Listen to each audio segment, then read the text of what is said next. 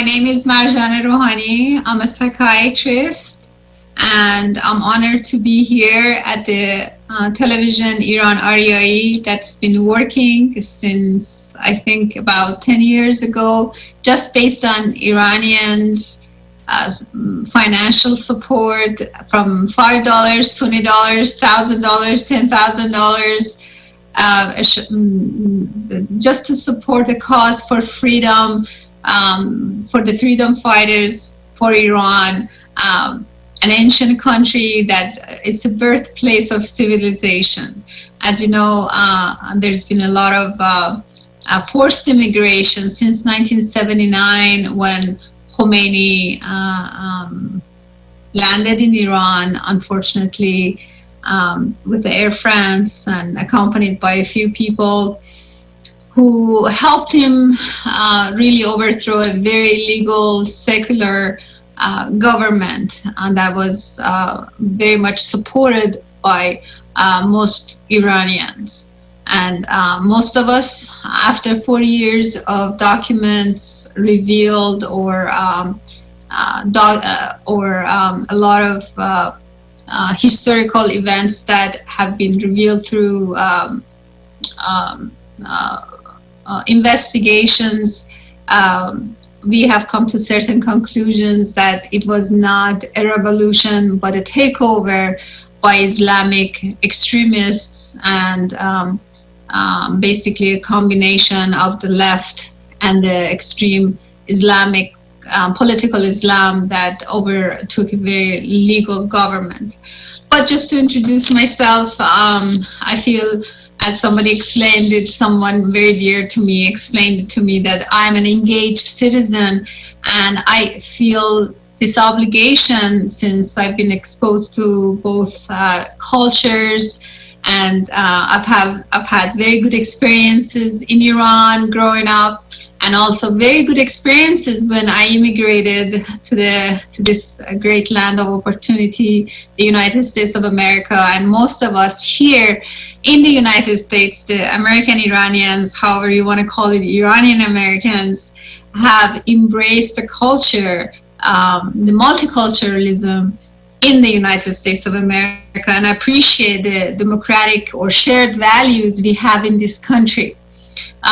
You may have encountered Iranians before. This program was evolved around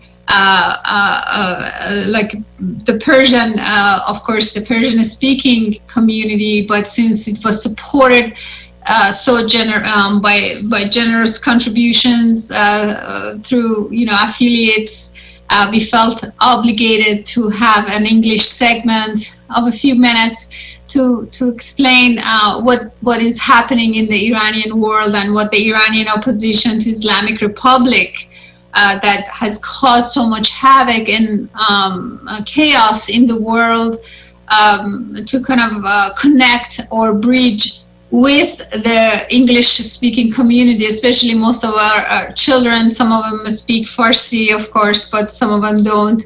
And they get frustrated because they don't exactly understand what's going on, because all of the parents are listening to all the changes that's happening.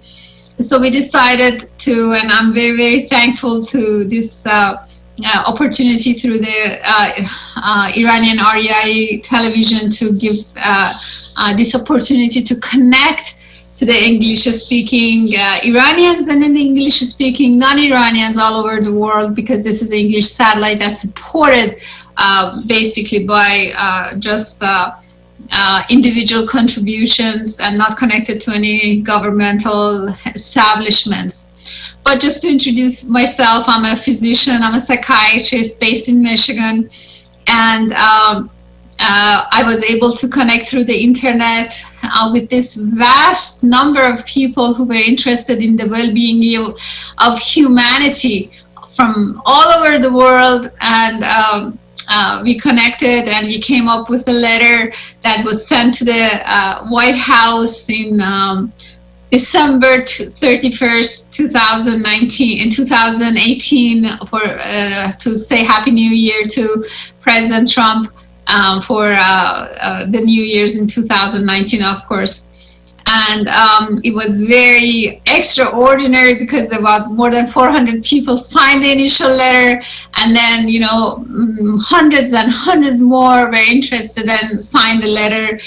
And it was a first time that many Iranians came together, came up with a solution, and this came after Secretary Pompeo had done a beautiful, well done, I want to say, amazing manifest for the failed Islamic Republic in terms of calling it the outlaw regime, 48 pages report. And it was so clear to most Iranians from all over the world, or other cultures, as a matter of other languages, other countries, other nationalities, that people were aware of all the problems the Islamic Republic was causing, all the havoc they were causing all over the world.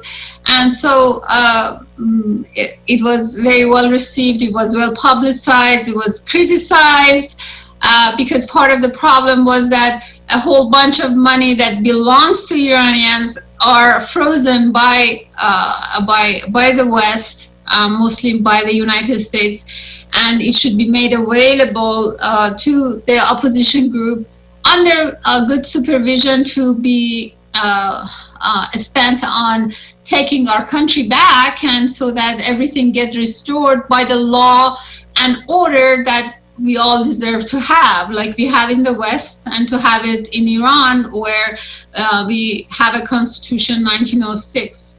And as we moved on and we started writing more letters with all this network that had established, we kind of hit roadblocks where we noticed that maybe there's some fake news and fake opposition, and they're blocking our letters and they're not publishing them.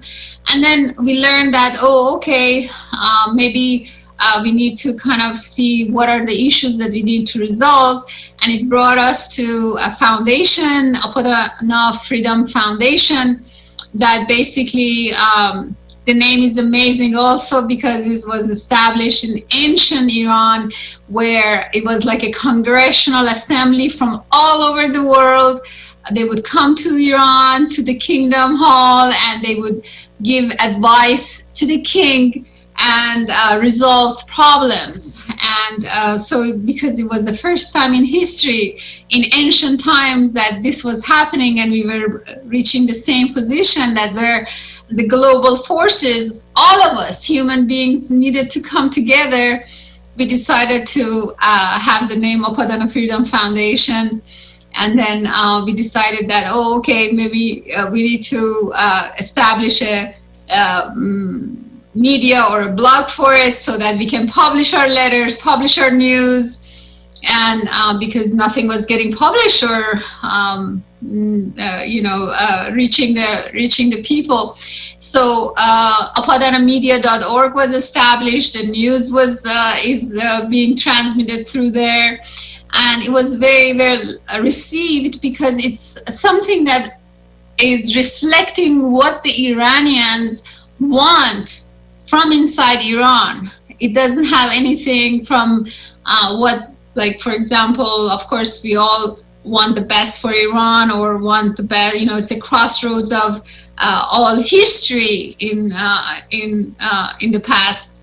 And so if there's any instability, it impacts the whole world. And the past 41 years has been a disaster. I mean, nobody needs to go into detail. I mean, everybody agrees that since Khomeini, who was portrayed as a Gandhi through some fake media back then,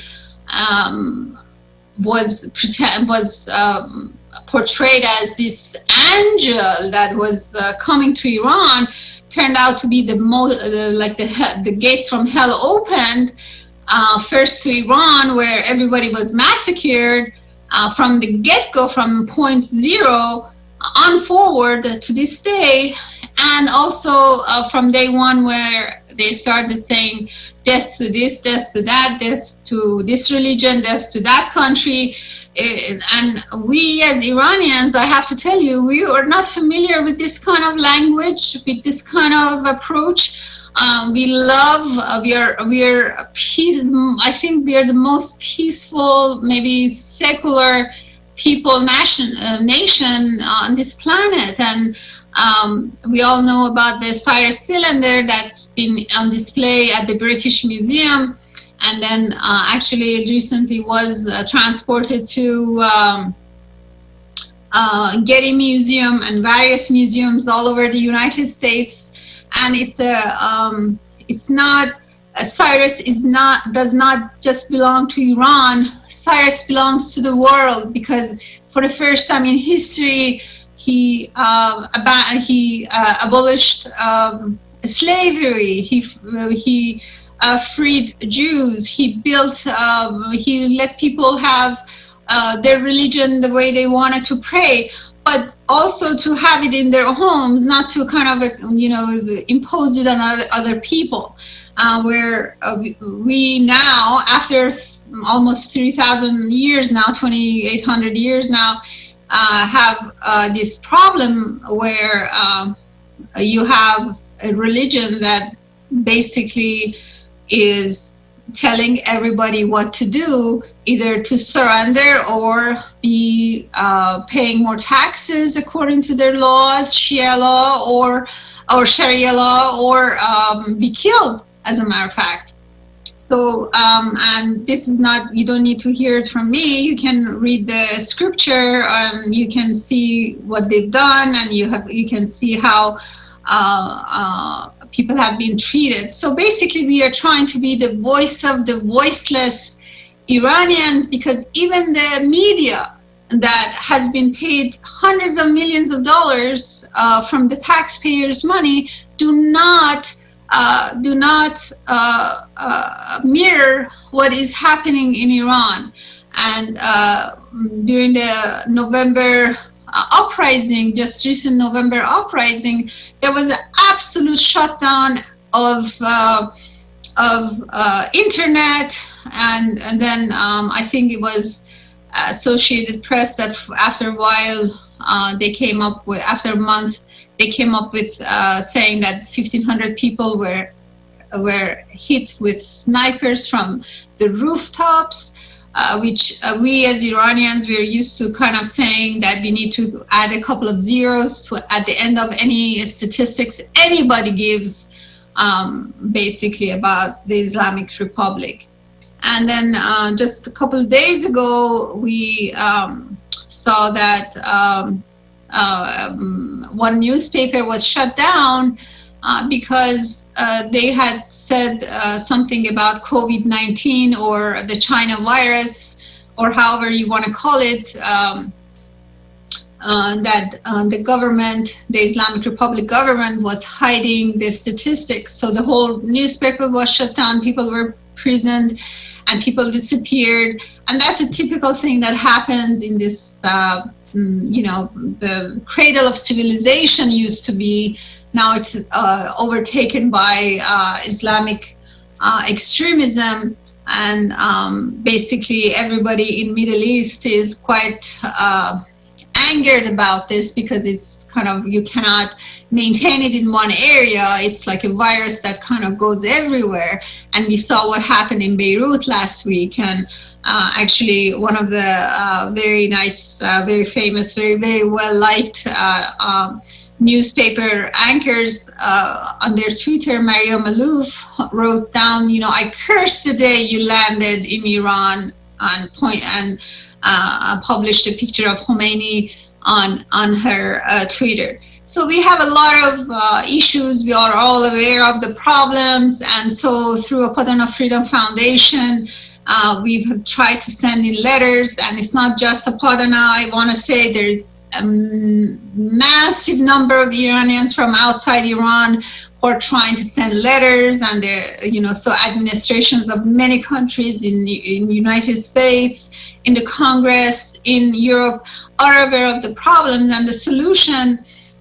Basically, that is everybody looking for? We propose that, basically every country has their law and order, and we don't want something that happened in Afghanistan or Iraq or Lebanon happen in Iran. It's unnecessary to happen in Iran, because, we do have a constitution, 1906. We do have the reforms of progressive reforms of 1963, where women got rights to vote 10 years before the Swiss women got the rights to vote.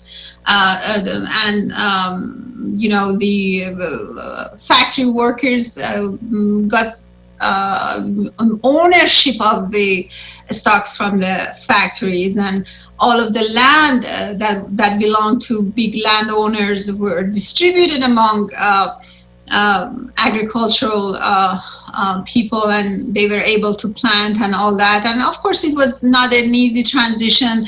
Every transition has its issues.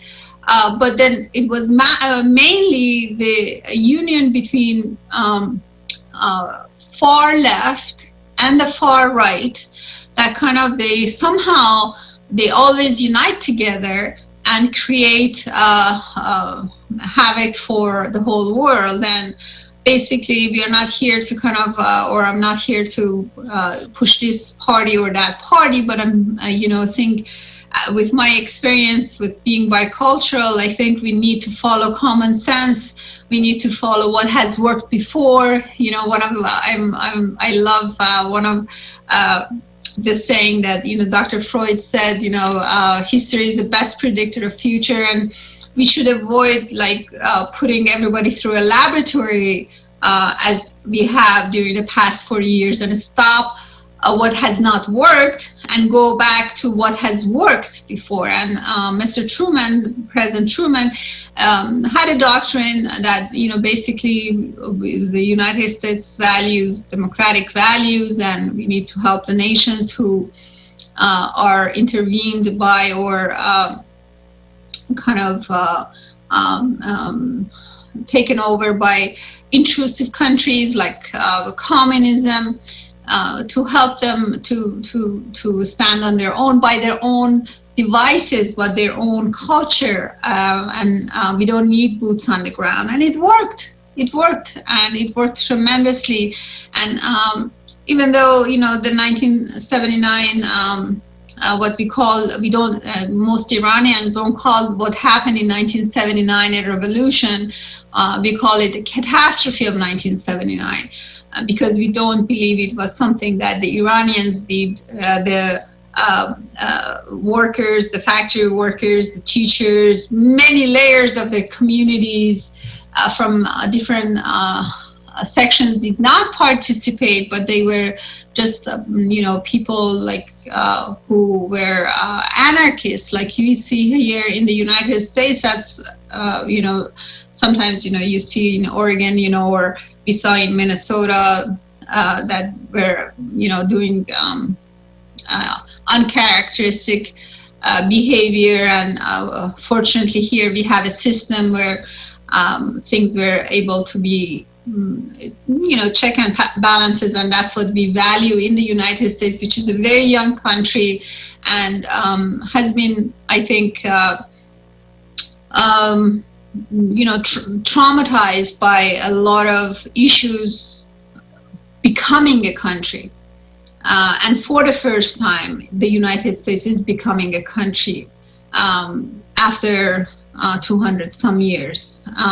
But we take pride as Iranian Americans, or American Iranians, I want to call it, because this is our second home mother, and we want the democratic values to continue, and we are proud to be part of a very strong country that tries to do the right thing.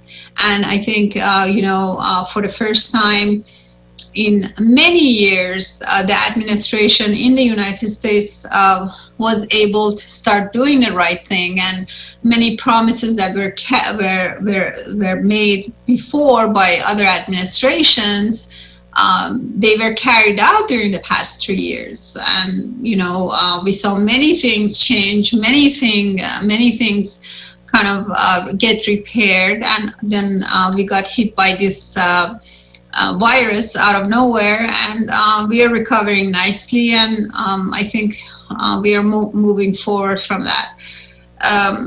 Of course, the election news is overtaking everything and putting a shadow on other important issues that are happening. But I wanted to bring your attention to some of the things maybe that we don't talk about because of the election, and that is the environmental factors that is happening in a huge part of Middle East in Iran. And Iran is not kind of like in a silo by itself. It is not, because it's connected to other countries. So if you don't have water, or you don't have a good vegetation or means for a huge population, they would be forced to migrate, and we need to be able to come together as humans, as humanitarians, and help each other to prevent forced migration for people. And the people who have been to do the forced migration have been under tremendous pain and suffering, and we appreciate some of the celebrities, including Princess Yasmin Pahlavi, who went to the refugee camp, for example, and brought attention to them. But they're suffering. They don't have good housing, and other countries are not equipped taking care of refugees. So I think we have to kind of go back to square one, and to the one day before Khomeini entered Iran, and stick with what worked before, because what worked before will work again. But I wanted to bring your attention to one of the letters, at least we wrote to administration about the environmental issues and some of the other political issues that are happening, because we as Iranians have such shared values with the United States and with the Americans, and we go way back, and I'll go into history later on about that. We wrote a letter thanking administration and the Congress for consideration of the following points, and ahead of any potential interaction with the regime that currently controls Iran and the U.S. government. Your condemnation of the Islamic Republic is appreciated by those of us that have adopted the USA as our home, as we have fled from this kleptocratic theocracy and illegitimate regime. As you are keenly aware, Iran has been battered by a host of issues of the late, not to mention the devastating impact of coronavirus on its people. And Padana Freedom Foundation would like to draw your attention to the ecological and environmental disaster the country is experiencing. And so recently, Iran has dealt with a double blow with the forest fires in the western part of the country, to decimation of the environment along in the Persian Gulf. Compounding these ecological calamities, the regime has also auctioned off many of the prized assets of the country to China and Russia, and this further has been putting Iran's environment into jeopardy. The western regions of the country around the Zagros Mountains range are absolutely being devastated by the forest fires. And these Hirkani forests that you initially, I think, we were displayed thanking the producer, I think, Mr. Siavash did a good job, became part of registered national treasure or forest through UNESCO in 2019, and most of them have been burned through the fire, burned by the fire, and now the rest of it that's not been burnt is being removed for industrial purposes by the Islamic Republic. And so they, when you ask them, they of course publicly minimize the situation. But this area, this Hirkani National Forest, is absolutely vital, not only due to its precious ecosystem, but with regard to the public health. According to French 24, over 40% of known medicines utilized in Iran come from this region. Losing these medical resources will exacerbate the health challenges that are facing the resurgence of the coronavirus, of course. In the south, along the Persian Gulf, the seeding of valuable ports and shoreline of China's continued encroachment and illegal fishing techniques of strategic waterways and maritime facilities is having profound environmental effects. Species of aquatic animals and vital coral, there are 2,000 sorts of species that most of them have been disappearing because of these trawling practices from the Chinese government. And the seafloor in the south is being destroyed, and the deep sea trawlers also catch other kinds of aquatic life, including baby dolphins, whales, which are killed and thrown back into the ocean. And according to reports, again, more than 75–80% of the principal fish species in the Persian Gulf have been just destroyed, unfortunately. And I think this is where we need to step in as humanitarian, regardless of what party we belong to. Unabated, these ecological incursions will needlessly destroy the fragile Persian Gulf ecosystem, and those veterans and those Americans who have been on the Persian Gulf can see the beauty, can testify to the beauty of the nature over there, of course. And there has been numerous reports about the Chinese hostility towards the Iranian fishermen. And there was an amateur, unfortunately, the amateur fish video that featured on social media showed the Chinese fishermen shooting directly at the Iranian fishermen who had lost their boat at sea. And I don't know what kind of behavior or human behavior is that, where if you see a stranded or lost boat, you tend to help those people, not to shoot at them. And that's just really beyond anybody's imagination. And so, again, this is an environmental situation where the regime is unwilling to speak the truth to the problems of the country, with the local officials publicly stating that they don't know what's happening, or that is not true, and declining to comment.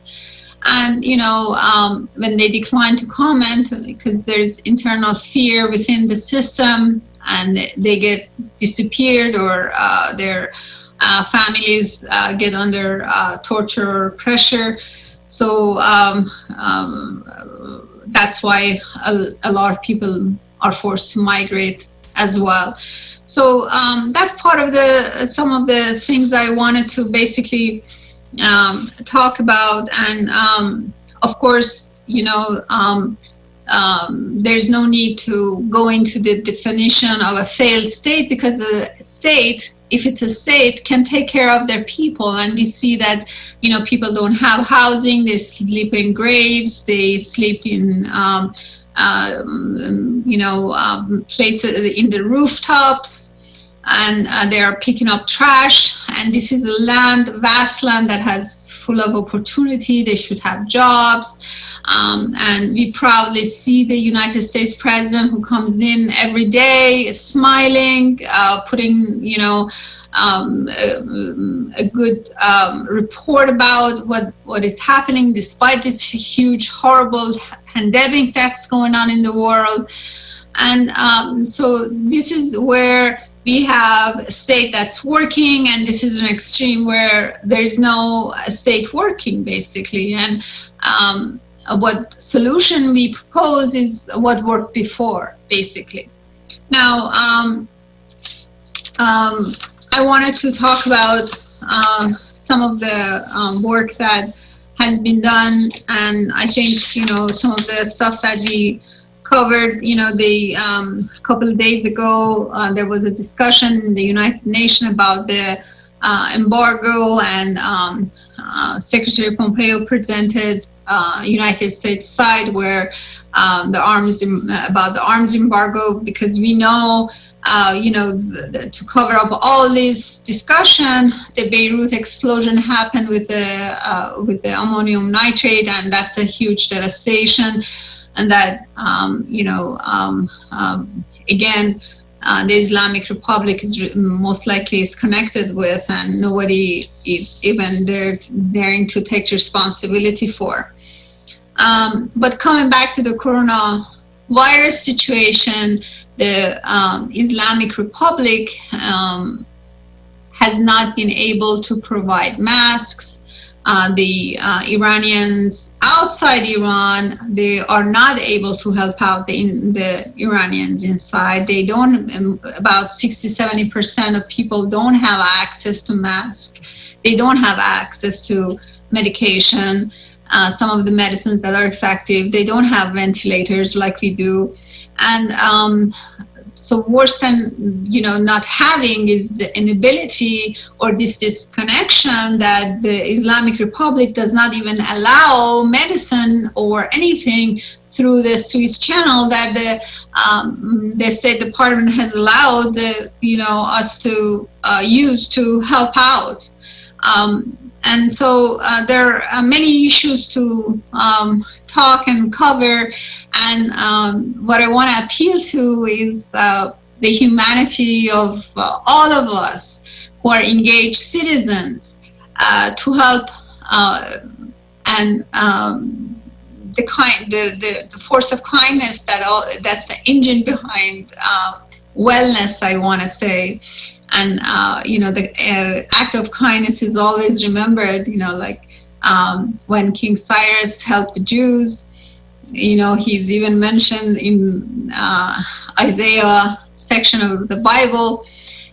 So the act of kindness always is remembered because, of course, no human has a life of, more than 70, 80, 90 years or something.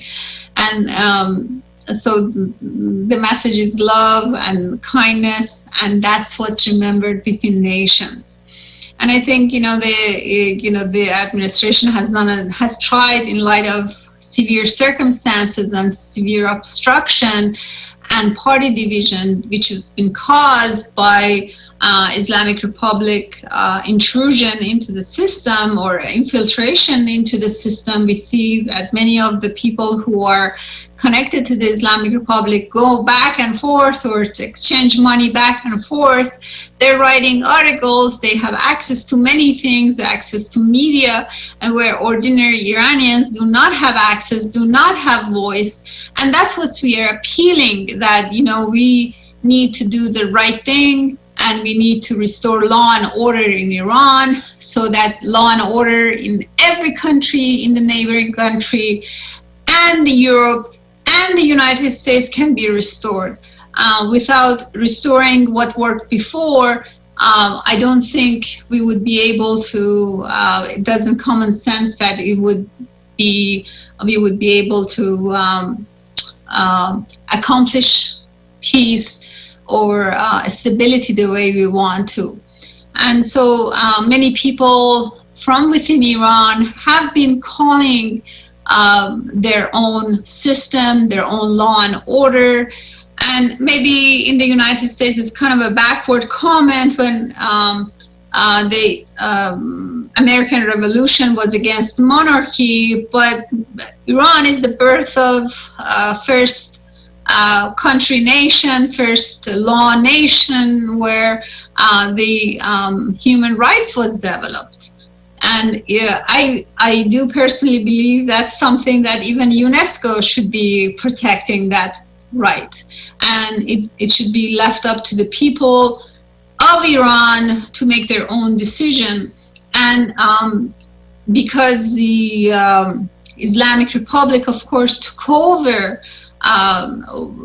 breaking all of the laws, all of the rules that were in place, just by replacing or just by reinforcing or enforcing the laws and orders of Iran, we will be able to, without boots on the ground, without any bloodshed, without any problems, actually restore our democracy here, which is, we have all these issues in Chicago, Minnesota, you want to mention Oregon.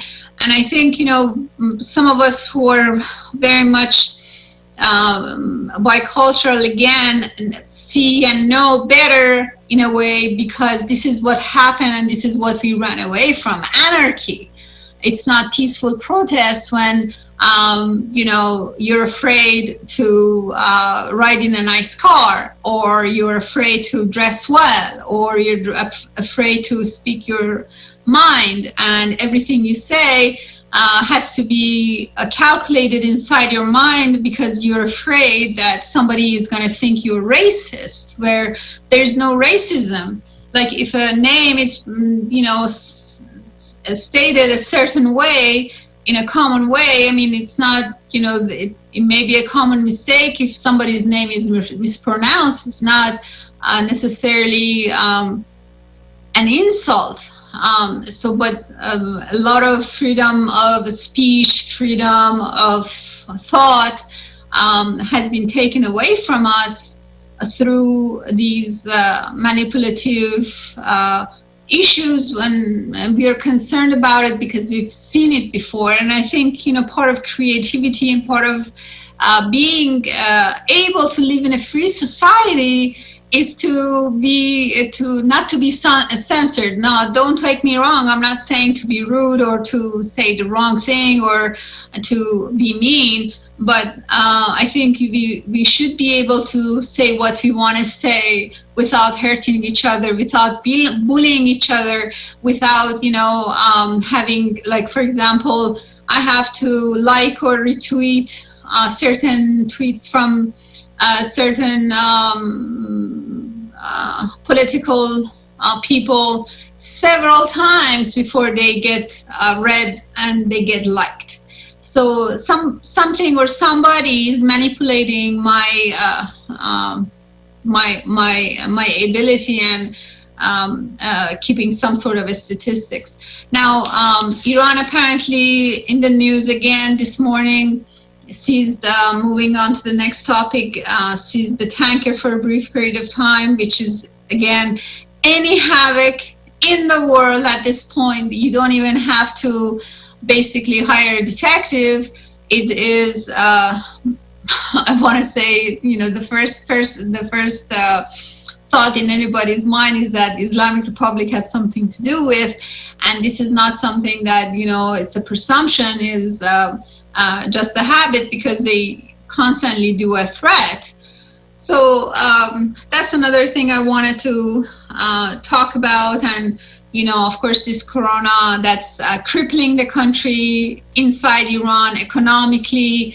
People are not able to do what they used to do. They're not able to communicate with the outside world. They're not able to do even their stock market is crippling down. The value of the currency is crippling down, and people are devastated by being forced to live under these circumstances with people who are not able to run a country. I mean, this is, again, I don't need to say it. Everybody probably knows it. It is a failed state. It meets more criteria than a failed state.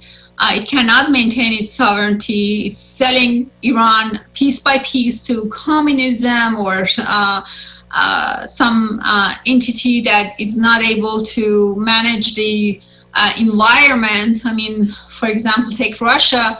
They had the Ural Sea, and they were able to, within a few years, it became a nuclear waste place instead of a beautiful lake. Now they have taken over the Caspian Sea from 50% down to Iran only has 11% of it now, and soon enough they're just not watching for environment or monitoring any environmental issues. If you see the satellite pictures, you see all oil platforms, and that's a source of concern because this is what we're going to leave for our children. It's not just democratic values, but we want to have oxygen. Talking about climate change, this is the climate change where you give a country that is not monitoring or is not responsive to any international community about environmental standards, space to operate within a region that's supposed to remain untouched. So those are the issues I wanted to basically talk about, and really, if we do get an opportunity, I would like to continue next week for half an hour. Maybe we have a dialogue with other guests that will be coming on board. Or if you have any questions, we do have an email, Apadana Media. If you go on apadanamedia.org, you can leave your comments, or you can join up the action. And we do have an official lobby in the United States Congress to promote Constitution 1906 and progressive reforms of 1963, and the resolution for free election that was in the works to, we of course did have free elections for in 1963, but we were always moving forward, and I don't know. There are sometimes some things go wrong in history, and it falls upon us, engaged citizens, to step up to the plate and do the right thing. And of course, now that we are in the midst of the election in the United States of America, with the pandemic happening, or whatever you want to call it happening, I don't want to get into conspiracy theories, or the different messages that we get from different sources or resources.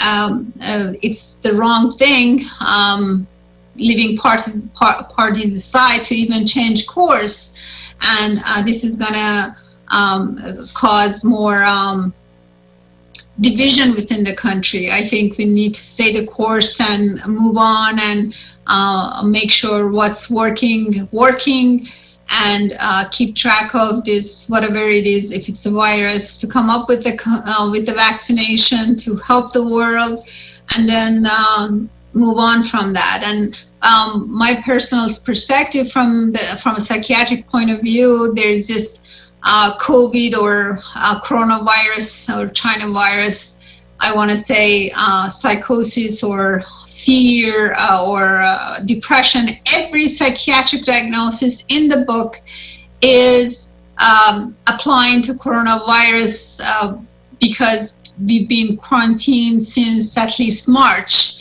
And this virus apparently appeared in the community since November, but we were not aware of it, and World Health Organization was not helpful to kind of give the right information, and that's partly the reason we are getting all of these psychiatric symptoms. I'm basically more busy as a psychiatrist because people are getting mixed messages. I mean, to just give an example, you cannot, for example, kiss a child and then beat them up the next minute. You have to be consistent. Now, both parties, when we have a party division such as this, one party says one thing, another party says another thing, and then people get stuck in the middle where they don't know what to believe, and they start acting out of character. And so we are seeing a lot of psychiatric issues where people don't know where to, if they should be wearing a mask, if they should not be wearing a mask, if they should be even using a vaccine. There's so many conspiracies about the vaccination and so many other things happening. And all of these news given, of course, I'm maybe fitting in too many information at this point, but then we are also faced with some scandals that are not being talked about, like the Obamagate, and another party I think, spying on another party, or this sex trafficking that was happening, and all of these big people, political people from all over the world were involved in it. So it leaves people basically like an orphan, where they don't know who to trust. And I think we need to establish trust.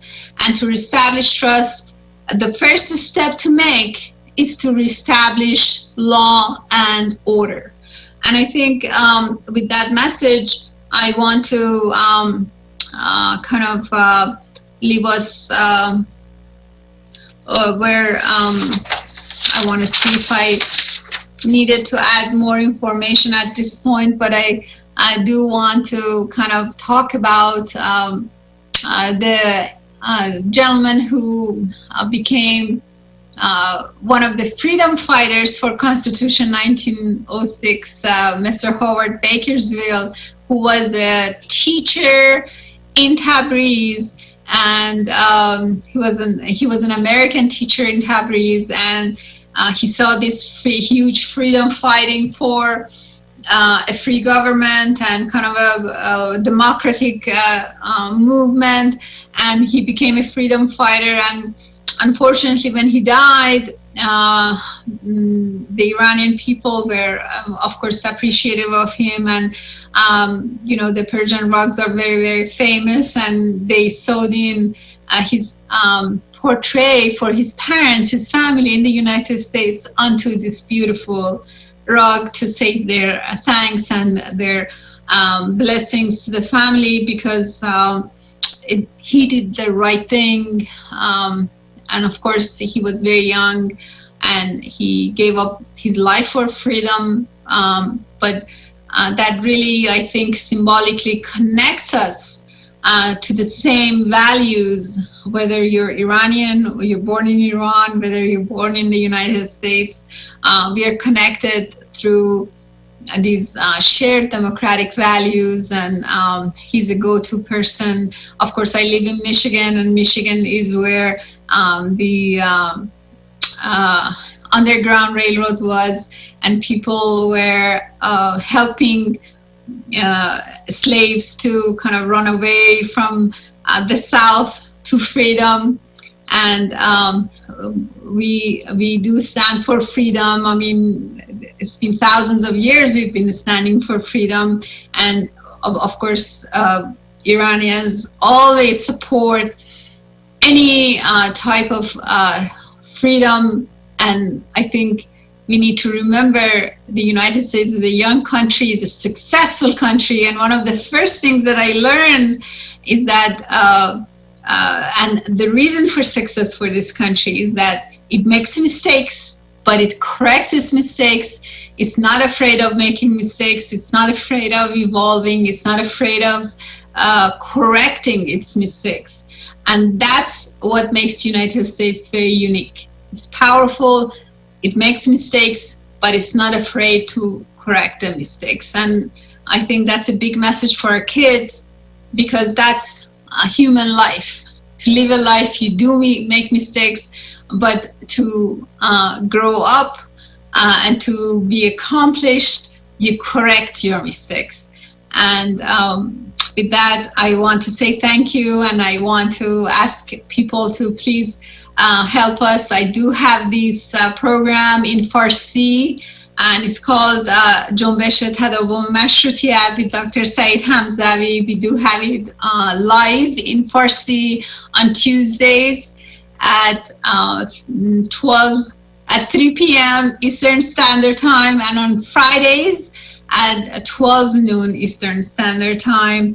And it's been quite supported, and it's been quite successful through the help of Iranians. And I hope by this English message and having a segment in English, we will get some help to this freestanding television Iran Aryai from the English-speaking audiences. Well, God be with you, be well, and I say thank you very much.